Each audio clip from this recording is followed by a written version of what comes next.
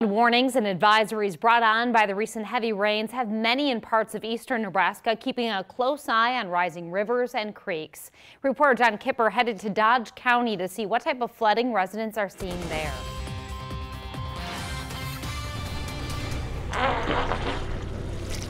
With heavy rain hitting northeast Nebraska over the past week, Nickerson resident Dan Sweet was ready for what was coming his way. I've been here so long that I know that when they get that rain up there, then we're going to get it down here.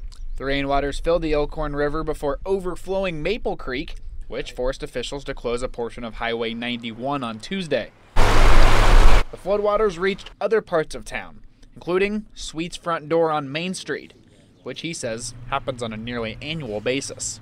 You have to live with it if you live down here. And out at the Ewing City Park, floodwaters have completely washed out the area, taking out baseball and softball games in town for the foreseeable future. While games might have to be relocated for a while, softball coach Dale Mundell says the team was at least able to save a pitching machine and other valuable equipment.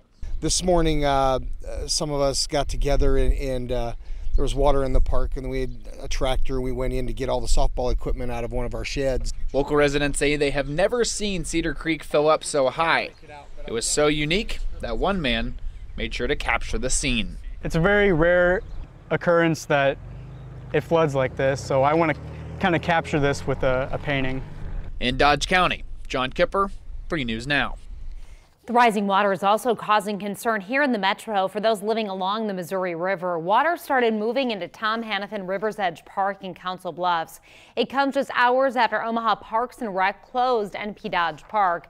Today, those living at Hayworth RV Park in Bellevue began evacuating as water started creeping over the banks. These areas were just starting to bounce back from the 2011 flood. I know the last big flood was 2011. Yeah. And I believe they also evacuated once since then, but in the last few years we haven't had to evacuate at all. The Missouri River is already at minor flood stage from Plattsmouth south, with the water expected to rise, especially if we get more rain. The crew aboard the Omaha Police helicopter Able 1 got a bird's eye view of the flooding on the Missouri River earlier today. They tweeted this picture of the floodwaters creeping toward Epley Airfield. They also tweeted this picture of the flooding at NP Dodge Park, which remains closed until further notice.